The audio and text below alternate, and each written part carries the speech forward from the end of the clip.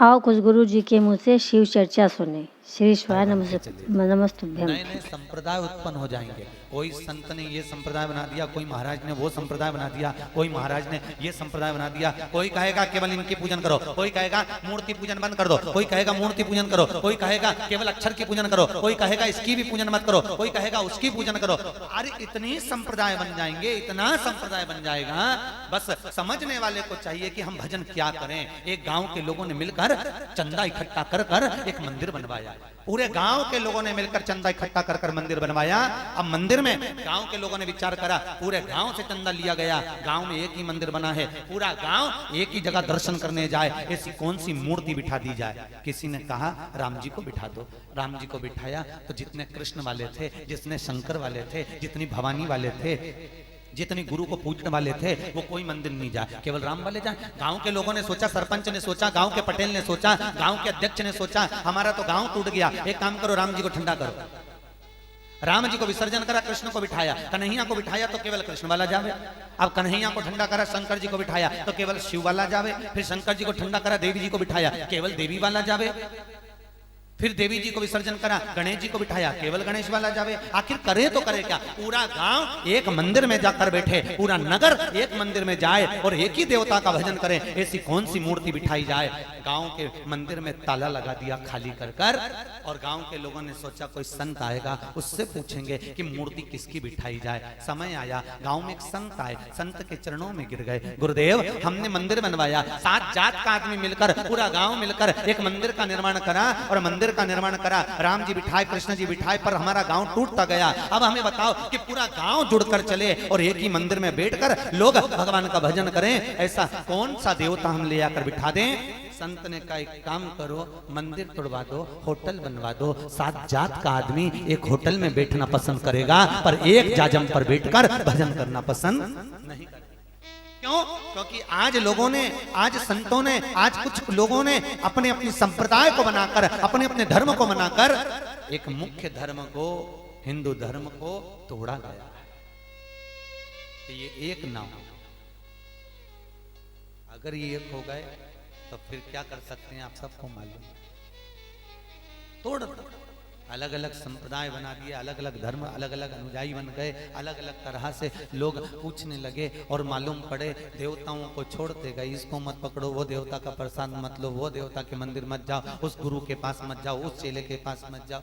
निवेदन है, शास्त्र कह रहा है, भगवान की कथा कर रही है, पक्का दृढ़ी, पक्का विश्वासी वो होता है जो किसी के भी मंदिर में चला जाए, किसी देवता को भी नमन कर दे, उसके भीतर जिसकी मूर्ति समाई है, हर मूर्ति में वही नजर आएगा, हर मूर्त में वही दिखेगा।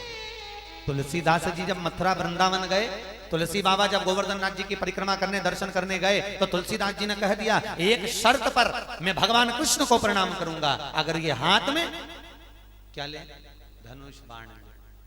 सूरदास जी ने कन्हैया से कहा ठाकुर आप तो भगवान हो, भगत दृढ़ी हो सकता है पर भगवान थोड़ी नहीं, बदल लो रे। मेरे ठाकुर ने उस दिन हाथ में धनुष और बाण ले लिया। तुलसीदास जी प्रणाम कर कर बोले वाह रे नाथ वाह, कभी राम बनकर आ जाता है, कभी कृष्ण बनकर आ जाता है, और हमारी दृष्टि में दोष हो जाता है कि मैं राम वाला, मैं कृष्ण वाला, मैं शिव वाला, मैं भवानी वाला, मैं इस संप्रदाय का, मैं उस संप्रदाय का। दोष हम में। इसलिए कहते हैं कि लोग पूछते हैं सत्संग क्यों जाना चाहिए, हम कहते हैं जाइए, सत्संग जाने से आंखों का इलाज हो जाता है।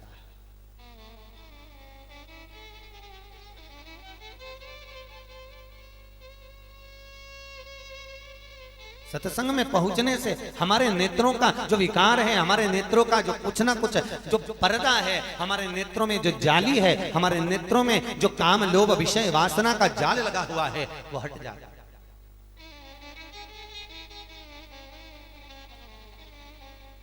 भगवान शिव का एक अवतार श्री हनुमान जी हैं, और भगवान शंकर का एक अवतार आगे वर्णित करा। जब माता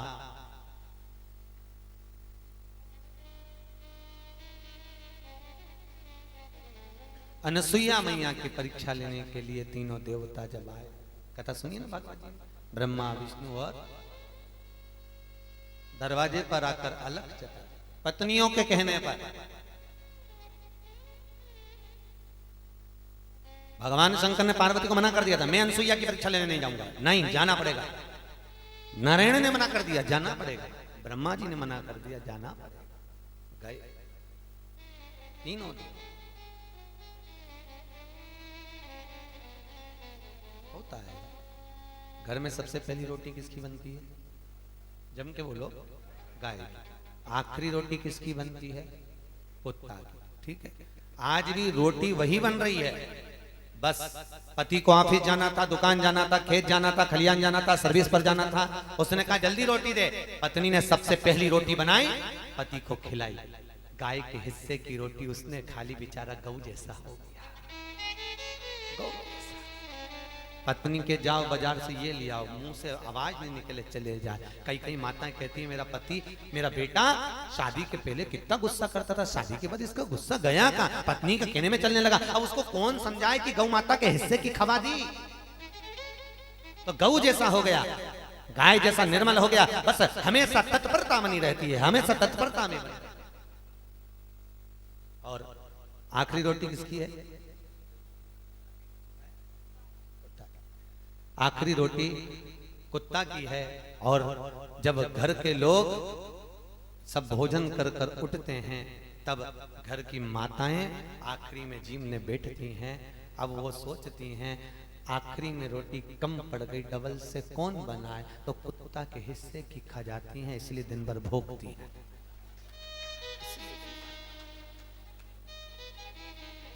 अब कोई समझने वाला तो समझ पाता नहीं है कि माताएं आपस में क्यों झगड़ती। वही सास बहू को लेके आई, इतनी रकम देकर, रकम चढ़ाई, कपड़े चढ़ाए, इतना सारा सामान देने के बाद बहू को लाई, कितने अरमान से लाई, पर समझ में नहीं आता आखिर सास बहू का झगड़ा क्यों होता है, क्यों होता है। आखिर देवरानी जेठानी का आपस में कोई लेन देन नहीं है, ना जेठानी का हिस्सा देवरानी ले रही है, ना देवरानी का हिस्सा जेठानी ले रही है, ना ननन से कोई लेन देन है। इसके बाद भी घर में जितनी माताएं रहती हैं उनमें क्लेश क्यों होता है? उसका केवल एक कारण है, एक ही कारण है कि आखिरी की जो रोटी है वो कुत्ता के हिस्से की है, और कुत्ता के हिस्से की रोटी कहीं हमारे खाने में आ जाती है, इसलिए घर में दिन भर भूखने में निकल जाता, पूरा घर दिन भर क्लेश में निकल जाता। शिव चरित्र का तीनों देवताओं ने कहा हम नहीं जाएंगे, समझाया, गए, मानसुईया से भिक्षा मांगी, समय आया, भगवान का एक अवतार हो गया।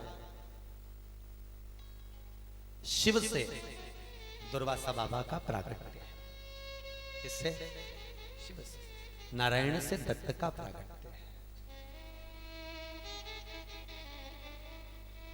अब शिव से जो दुर्वासा ऋषि प्रगटे हैं, ये किसका स्वरूप है? शंकर का ही स्वरूप है। दो परीक्षा बहुत भारी ली है दुर्वासा ऋषि ने, राम को भी नहीं छोड़ा और कृष्ण को भी नहीं छोड़ा। मेरे शंकर नहीं छोड़े,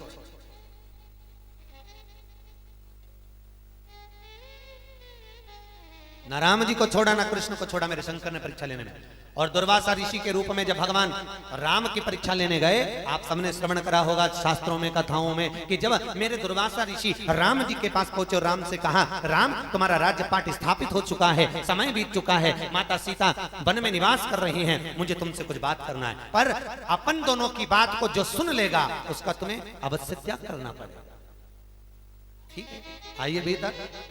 दुर्वासा ऋषि और राम के शब्द को लक्ष्मण जी आ जाते हैं और लक्ष्मण जी आए, फिर लक्ष्मण जी का त्याग करने की बात दुर्वासा बाबा को कहे, त्याग करिए, कर दो त्याग। इस लक्ष्मण का त्याग करना पड़ेगा। भगवान राम की आंखों में अश्रु भर गए, पर दुर्वासा बाबा जो परीक्षा ले रहे हैं, मेरा शिव जो परीक्षा ले रहा है, तो त्याग करना पड़ा। और दूसरी परीक्षा भगवान कृष्ण की यहाँ जाकर भगवान शंकर ने ली, दुर्वासा ऋषि के रूप में। द्वारकापुरी में पहुंचकर भगवान जाकर कहते हैं, दुर्वासा ऋषि कोई मुझे मेहमान रख लो, कोई मुझे मेहमान बना लो, कोई मुझे मेहमान रख लो। अब पूरी द्वारका के लोगों को मालूम है इसको गुस्सा बहुत आता है। अब जिस व्यक्ति को गुस्सा आता है उस व्यक्ति को कोई घर में मेहमान बनाएगा? अरे बोलो तो, तुम्हारे घर में भी जो बुआ, जो चाची, जो काकी, जो भी रिश्तेदार होगा जिसको बहुत गुस्सा आता हो, तो सबसे आखिरी में शादी की पत्रिका उसी को डाली जाती है। क्यों? पहुंचे तो पहुंचे, नहीं पहुंचे तो हो रही है अच्छा। क्यों? क्रोध इतना करती है ना, बुला कर करेंगे क्या?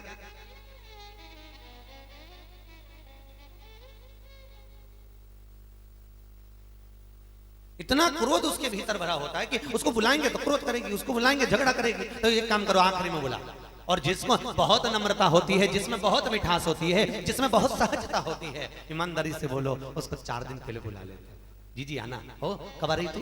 इतनी तारीख को? नहीं 3 दिन पहले जा, माता पूजन इतनी तारीख है तो 2 दिन पहले जा, मेहंदी मंडवा लेना, मंडप का सारा काम तुझे करना। जिसमें मिठास है, जिसमें प्रेम है, जिसमें वात्सल्यता है, जिसमें असने है, उसको प्रथमता में।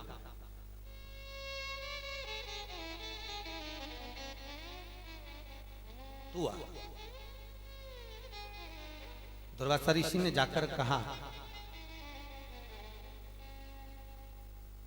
मुझे कोई मेहमान रख लो। भगवान कृष्ण के कानों में शब्द गया, मेरे द्वारका नाथ द्वारका से बाहर निकले। कृष्ण महल से बाहर निकले, आकर बोले, चलो नाथ, आप मेरे यहाँ मेहमानी कर लीजिए। दुर्वासा ऋषि बोले, तू मुझे जानता है कि नहीं जानता है? कृष्ण बोले, अच्छी तरह से जानता हूं। क्या जानता है? बस इतना जानता हूं कि आप दुर्वासा ऋषि हो और मैं आपके चरणों का दास हूं, और कुछ नहीं जानता। इतने में कृष्ण बोले, जानता तो बहुत कुछ हूं, पर अंदर की बात बाहर बोलूं अच्छी बात थोड़ी ना है। भोलेनाथ समझो तो जरा। भगवान शंकर बोले, जब सब जानता है, सब जानता है, ठीक है, कृष्ण सोच ले मुझे मेहमान रखने से पहले। कन्हैया कहने लगे, तो क्या दिक्कत है, आओ तो सही। चलो, भगवान कृष्ण से कहा, मुझे नए महल में रहना है, नई कुटिया बनवा। नई कुटिया बनवाई मेरे कन्हैया ने, खड़े रहकर नई कुटिया।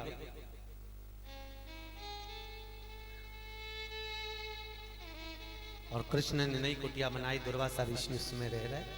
2 दिन बाद कभी तो दुर्वासा ऋषि को मालपुआ खाने को चाहिए, कभी रबड़ी खाने को चाहिए, कभी रसगुल्ला खाने को चाहिए, कभी पूड़ी खाने को चाहिए। कुछ ना कुछ दुर्वासा ऋषि मांग रख देते, परीक्षा लेने के लिए, मात्र परीक्षा के लिए।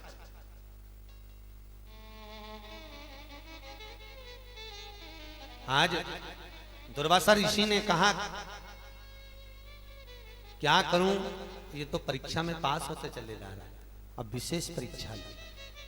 कुटिया से मेरे दुर्वासा बाबा बाहर हो गए, मेरे शिव बाहर, और कुटिया में लगा दी आग, और आग लगा के बाहर खड़े। और आग लगा के जैसे ही बाहर खड़े थे, इतनी देर में पूरे नगर के लोग अग्नि को बुझा रहे, पानी डाल रहे, अग्नि बुझा रहे, पानी डाल रहे। भगवान कृष्ण, अरे हुआ क्या, ये आग लगी कैसे? इतने में पीछे से दुर्वासा ऋषि आकर बोले, मैंने लगाई, मैं तो मेहमान, आग भी लगा सकता हूं, मैं कुछ भी कर सकता हूं। अब बोल। भगवान कृष्ण को तो गुस्सा तो आया, पर कन्हैया ने कहा, ये डोकरा कम नहीं है बाबा, कम नहीं पड़ रहा, परीक्षा ले रहा है बाबा। कन्हैया मुस्कुराकर, ठीक है, आपने आग लगाई, हम बुझा देते हैं। अब आग बुझाने वाले बुझा रहे, इतने में दुर्वासा ऋषि बोल रहे हैं, मेरे को तो खीर खाना है, चावल की। कुटिया जल रही है और खाने की याद आ रही है खीर, मुझे खीर ला कर दो। भगवान ने कहा, जल्दी जाओ, रुक्मणी दौड़ कर जा। रुक्मणी को भगवान पहले से बोल के रखते थे, कुछ भी बना ले, 16,108 रानियां हैं, मेज का भोजन नहीं बनना चाहिए। मेज का समझ गए ना, मतलब एक अगर रुक्मणी जो भोजन बना रही है वो सतभामा नहीं बनाएगी, और सबके घर में 56 भोग बनना चाहिए, रोज का 56 भोग। किसके लिए? अरे बोलो तो, दुर्वासा ऋषि के लिए। और मैच नहीं करना चाहिए, अगर इसने पूड़ी बनाई तो तू रोटी बना, वो रोटी बनाए तो तू मिस्सी रोटी बना, वो मिस्सी रोटी बनाए तो तू पराठा बना, तू पराठा बनाए तो वो नमकीन पूड़ी बना, वो नमकीन पूड़ी बनाए तो तू बाटी बना, वो बाटी बनाए तो तू बाफला बना, वो बाफला बनाए तो तू टिक्कड़ बना, वो टिक्कड़ बनाए तो तू ढोकला बना। 16,108 रन अलग अलग भोजन बना के रखते। क्यों? कभी भी कुछ भी मांग सकता बाबा,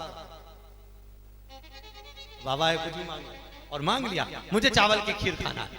अब चावल की खीर किसके यहाँ बनी? पहले तो तुरंत ऊपर द्वारका के शिखर पे चढ़ाकर वहां से नगाड़ा बजाकर बोला जाता था, कौन सी महारानी के घर में, क्योंकि सबके यहाँ खीर बनती थी पर अलग अलग बनती थी, किसी के यहाँ सिमैया की, किसी के यहाँ साबूदाना की, किसी के यहाँ भगर की, किसी के यहाँ मोर धान की, सबके यहाँ अलग अलग खीर। आवाज लगाई, चावल की खीर किसके यहाँ बनी है? इतने में सतभामा दौड़ के मेरे पास जल्दी रहो, और खीर लेके रुक्मणी जी भागी और भागते से ले जाकर तुरंत भगवान को दिया, और भगवान ने दुर्वासा बाबा को दिया, और दुर्वासा ऋषि ने खीर खाई आदि, और आधी खीर खा के कन्हैया पे पूरी फेंक दी, पूरी खीर कन्हैया पे, और कहा, हे कृष्ण, पूरे शरीर पे लगा। कन्हैया कुछ नहीं बोले, पीछे से रुक्मणी जी बोली, लगा लो, चंदन है, लगा। और पूरे शरीर पर जब खीर लगाई, खीर लगाने के बाद रुक्मणी को हंसी आ, और क्या हंसी अपने पति पर कि और लाओ ऐसा मेहमान, और लाओ। जो हंसी, दुर्वासा ऋषि को क्रोध आ गया। क्रोध आना था कृष्ण को कि कृष्ण पर हंसी थी, पर क्रोध आया दुर्वासा ऋषि को। और दुर्वासा ऋषि कौन? शिव। और शिव को क्रोध क्यों आया? क्योंकि मेरे इष्ट पर हंस रहे। क्रोध आ गया मेरे भगवान को, और क्रोध में आकर भगवान दुर्वासा ऋषि बोले, आज पूरी द्वारका घूमने जाऊंगा, पर पैदल नहीं जाऊंगा, रथ में बैठकर जाऊंगा, और रथ में ना घोड़ा लगेगा ना घोड़ी लगेगी, रथ में रुक्मणी जी रथ खींच कर लेकर जाएगी। घोड़े के जगह पर रुक्मणी जी लगे और रथ खींच कर लेकर चले। लाओ, रथ बुलवाया, घोड़े की जगह पर रुक्मणी जी को लगाया। रुक्मणी रथ लेकर चली है, क्योंकि इसने मेरी हंसी उड़ाई है। चलिए, हाथ में कोड़ा दुर्वासा ऋषि ने पहली बार हाथ में लिया। रुक्मणी खींच रही है रथ, पीछे मेरे द्वार का नाच चल रहे हैं। कुछ दूर चलने के बाद रुक्मणी बेहोश हो गई। बेहोश हुई, भगवान दुर्वासा ऋषि ने पानी का छींटा दिया, रुक्मणी उठी। कृष्ण, मैंने तेरे पूरे शरीर पर खीर मलने का बोला था ना तेरे को? कृष्ण बोले, प्रभु मली तो पूरे शरीर पर खीर लगाई है, पांव के तलवे में क्यों नहीं लगाई? भगवान, आपकी खाई हुई प्रसादी है, और प्रसाद को पांव के तलवे में कैसे लगाता, इसलिए नहीं लगाई।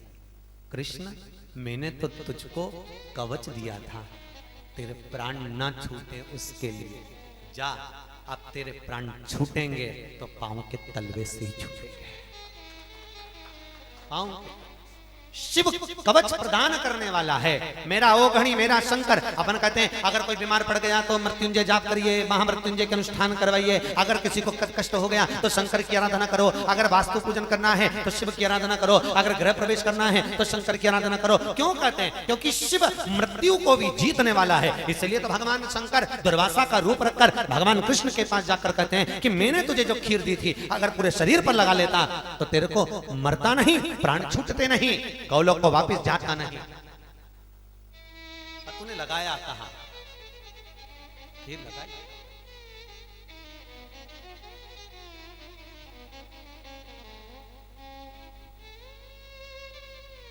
और सुन कृष्ण, इस रुक्मणी ने मेरी हंसी उड़ाई है और मुझे द्वारका का पूरा दर्शन नहीं कराया ले जाकर, इसलिए इस रुक्मणी का तुझे द्वारका से त्याग करना पड़ेगा। द्वारकाधीश गए हो? कौन कौन गया? हाथ उठाओ जरा। द्वारकाधीश गए हो? वाह। द्वारकाधीश अगर गए हो तो द्वारकाधीश के मंदिर से रुक्मणी जी का मंदिर आज भी कोसों दूर है। द्वारकापुरी के अंदर द्वारकाधीश के मंदिर के भीतर रुक्मणी जी का मंदिर नहीं है, बहुत दूर रुक्मणी जी का मंदिर है। इसको बाहर निकाल दो।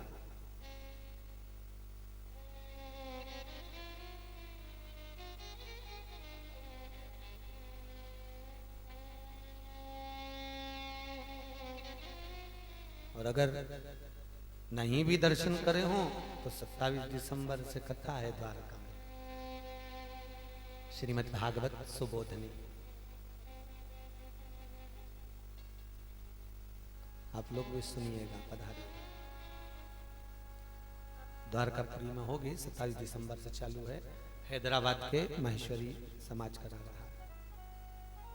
तो द्वारकाधीश के मंदिर से रुक्मणी जी का मंदिर कोसों दूर है, मात्र हंसदी है, और वो भी भगवान शिव के इष्ट पर हंसदी।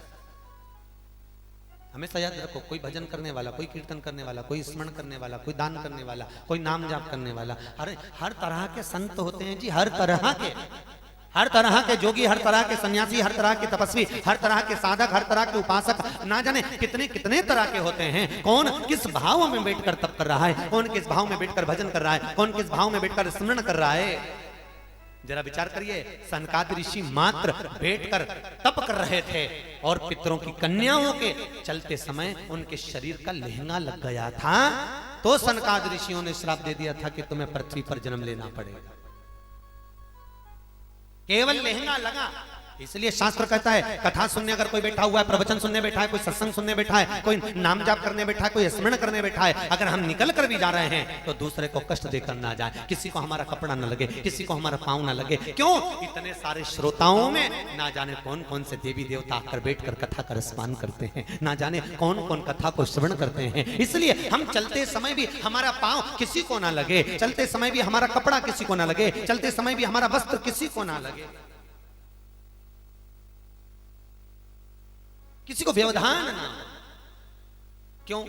हमारे विनोद भाई के छोटे भाई यहाँ बैठते हैं और कोई फूल पत्ती चढ़ाने आता है तो यहाँ से मना कर देते हैं, भैया बाद में चढ़ा लो, शुरू में आओ या आखिरी में आओ, बीच में क्यों नहीं। इतने लोग कथा श्रवण कर रहे हैं, ना जाने कौन किस डोर को बांधकर, किस लगन को बांधकर, किस तरह से कथा में बैठा हुआ है और उसका ध्यान कहाँ है। और इतनी देर में आपका आगमन हुआ, उसका ध्यान, उसकी साधना, उसका तप, उसकी आराधना टूट गई। आपको लगता होगा कि क्यों मना कर रहे हैं, क्यों मना कर रहे हैं, क्यों कहा?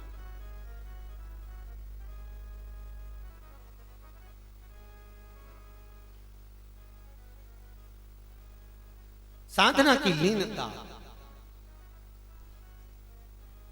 कहीं एकांत में बैठकर भजन करो, स्मरण,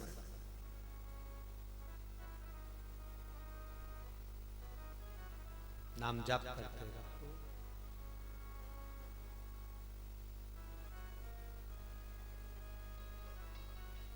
शिव आराधना में दुर्वासा ऋषि ने बारंबार कृष्ण की परीक्षा ली है। कृष्ण की,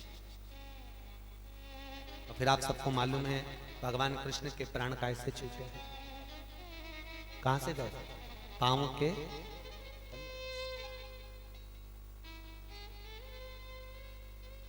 कोई स्थान नहीं दूसरा। शंकर ने तो अमरता प्रदान कर दी थी, मेरे शिव दुर्वासा बनकर आए और उन्होंने अमरता दे दी कि हाँ नहीं मरेगा, प्राण नहीं छूटेंगे, जा। पर गलती हम में है कि हम पांव का तलवा छोड़।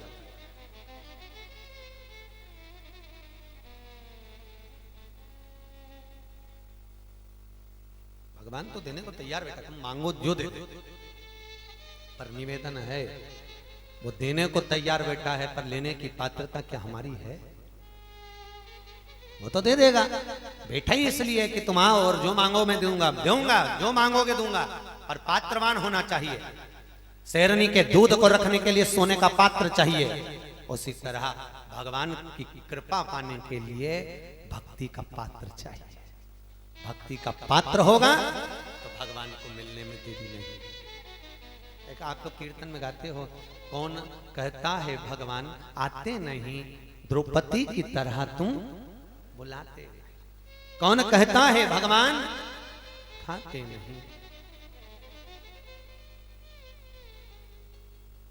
शबरी की तरह तुम कहां की?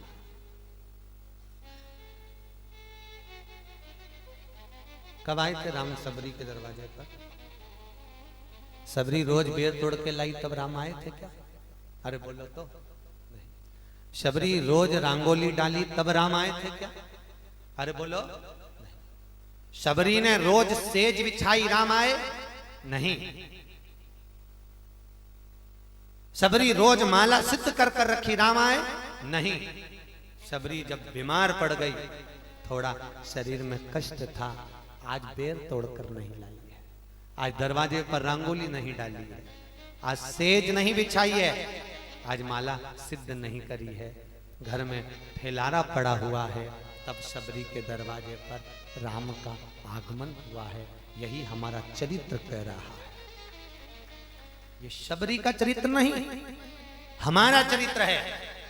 शबरी के घर में रोज सेज बिछी, राम नहीं आए। रोज रंगोली डाली, राम नहीं आए। रोज बुआरी लगाई, राम नहीं आए। रोज जल भर कर रखा, राम नहीं आए। शबरी के घर में फैलारा फैला, राम आए।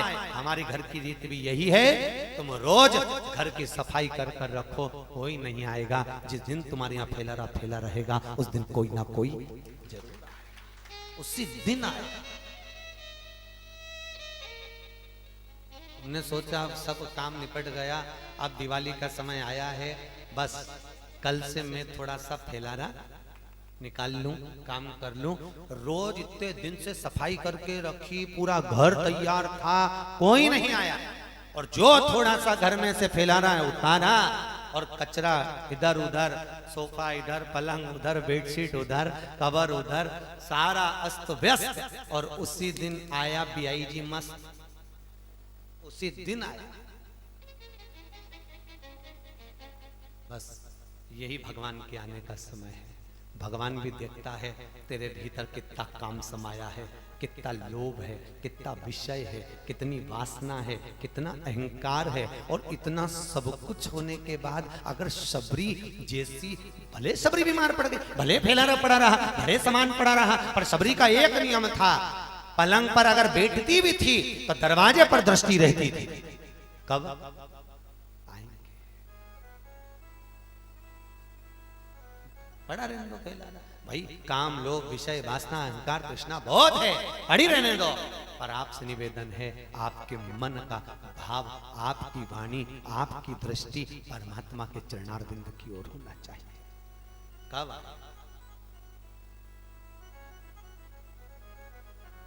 पहुंचे?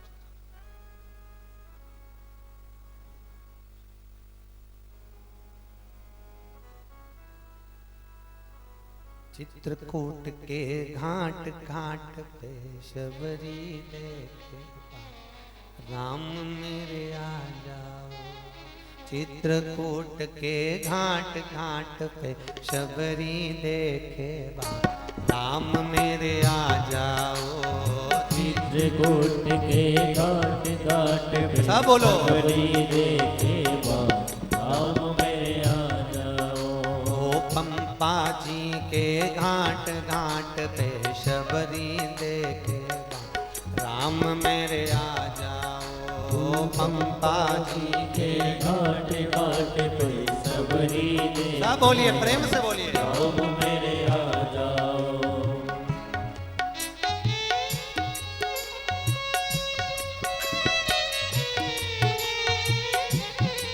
आओ से आनंदित होकर दोनों हाथों से।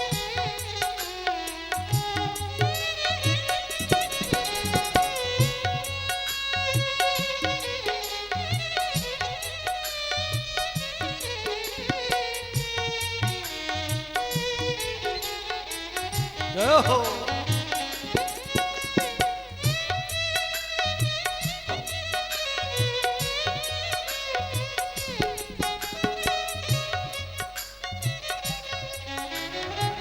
अपने राम को कहाँ मैं बिठाऊं, अपने राम को कहाँ मैं बिठाऊं।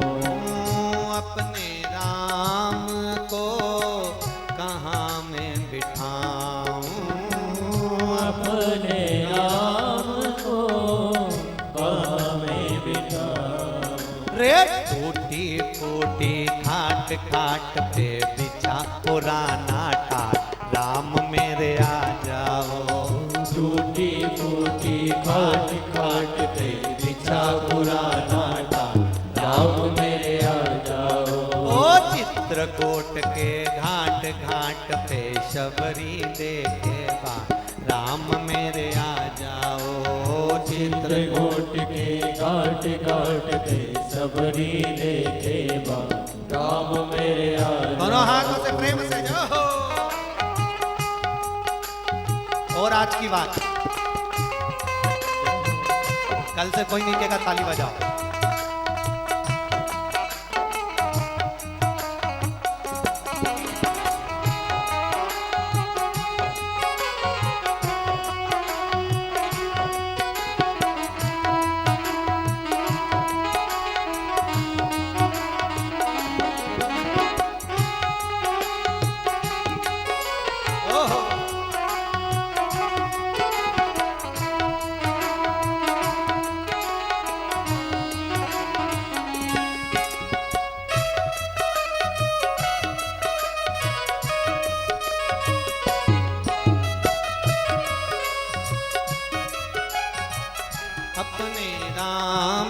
को क्या मैं खिलाऊं, अपने राम को क्या मैं खिलाऊं, अपने राम को क्या मैं खिलाऊं, अपने राम को क्या मैं खिलाऊं। रे खट्टे मीठे बेर बेर के लगे हुए हैं ढेर, राम मेरे आ जाओ, खट्टे मीठे बेर बेर के लगे हुए हैं, राम मेरे आ जाओ। ओ चित्रकूट के घाट घाट पे शबरी देखे बात, राम मेरे आ जाओ, चित्रकूट के घाट घाट पे सबरी देखे बात, राम मेरे आ जय हो।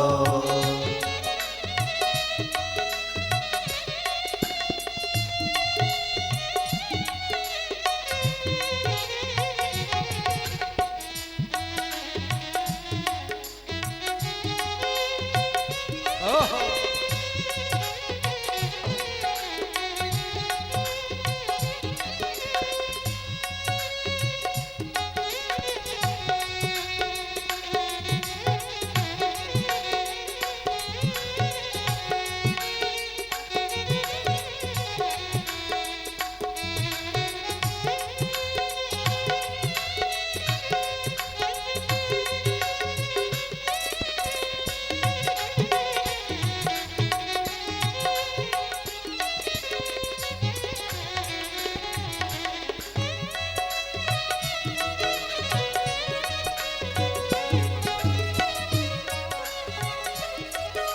हो।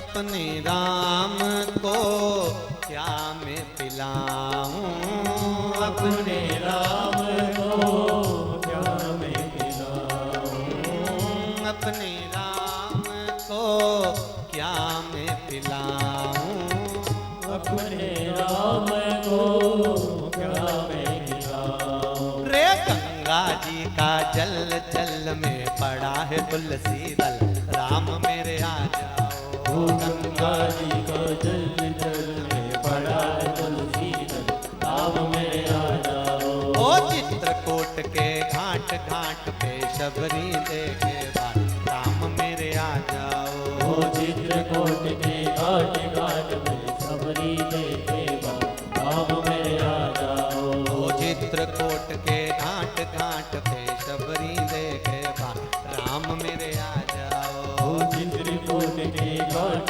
घाट पे सबरी देखे बात, राम मेरे आ जाओ। ओ राम लला मेरे राम लला, राम लला मेरे राम लला, ओ राम लला मेरे राम लला, राम लला मेरे राम लला। ओ राम लला मेरे राम लला, राम लला मेरे राम लला, ओ राम लला मेरे राम लला, राम लला मेरे राम लला। राम लला मेरे राम लला, राम लला मेरे राम लला, ओ राम लला मेरे राम लला, राम लला मेरे राम लला। राम लला मेरे राम लला, राम लला मेरे राम लला, राम लला मेरे राम लला, राम लला मेरे राम। हर हर महादेव हर। भगवान शिव हो घड़ी दातार, चित्रकूट पर बैठकर पंपा के तट पर बैठकर शबरी राम की बाट जोती है, ऐसी हमारा भी बस एक लक्ष्य हो, हमें शिव कब मिले, कैसे मिले, जो दुनिया के दुख हरने वाला है उसका दीदार, उसका दर्शन कैसे हो। बस नारायण जैसी दृष्टि हो जाए कि कंकर में भी शंकर होता है। हरे कंकर में भी शंकर नजर आने लगे, भाव प्रबल हो गया। समय आया, महाराज धनु के दो पुत्र थे, एक का नाम था रम, दूसरे का नाम था करम। क्या नाम है? रंब और करम। रंब और करम के घर में संतान नहीं थी।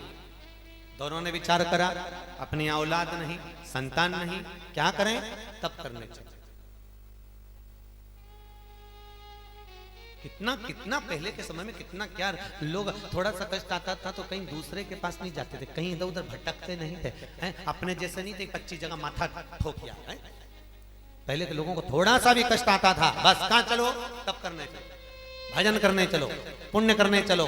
क्यों क्यों? उसी तरह जैसे एक इन्वर्टर की बैटरी होती है, जब बैटरी फुल चार्ज होती है तो पंखा लाइट सब जल जाता है, और जब बैटरी डिस्चार्ज होती है तो सबसे पहले पंखा बंद होता है, फिर बड़ी बड़ी लाइटें बंद होती है, फिर धीरे धीरे छोटी छोटी, फिर क्या करोगे बैटरी को वापिस चार्ज। हो सकता है हमारा पुण्य कम हो गया हो, हमारा पुण्य समाप्त हो गया हो, चलो वापस तब करने चलो, पुण्य इकट्ठा करेंगे, हो सकता है संतान हो जाए, पुण्य इकट्ठा करेंगे, हो सकता है हमारा कार्य सिद्ध हो जाए।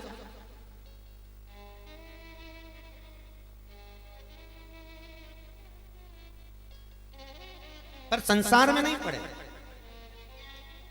रोटी बनाते हो? अरे बोलो तो, खैर आज तो बनाई नहीं होगी।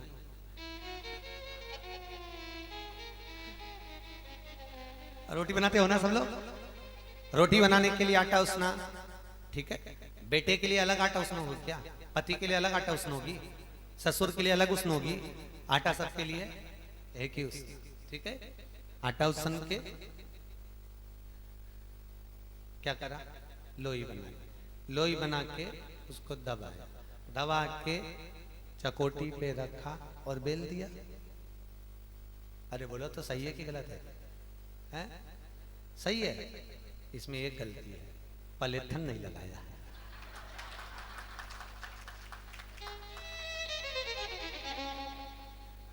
रोटी तुम बनाते हो, याद हमको है। बात कुछ नहीं है, आज खाना नहीं है तो बताना भी नहीं है। आज करवा चौथ है ना, आज खाना भी नहीं है तो बताना भी नहीं है, ठीक है, कोई बात नहीं है, मत बताइए। वीडियो अच्छी लगी तो लाइक करें, सब्सक्राइब करें, शेयर करें, अपने अपने चैनल में डालें। श्री शिवाय नमस्ते।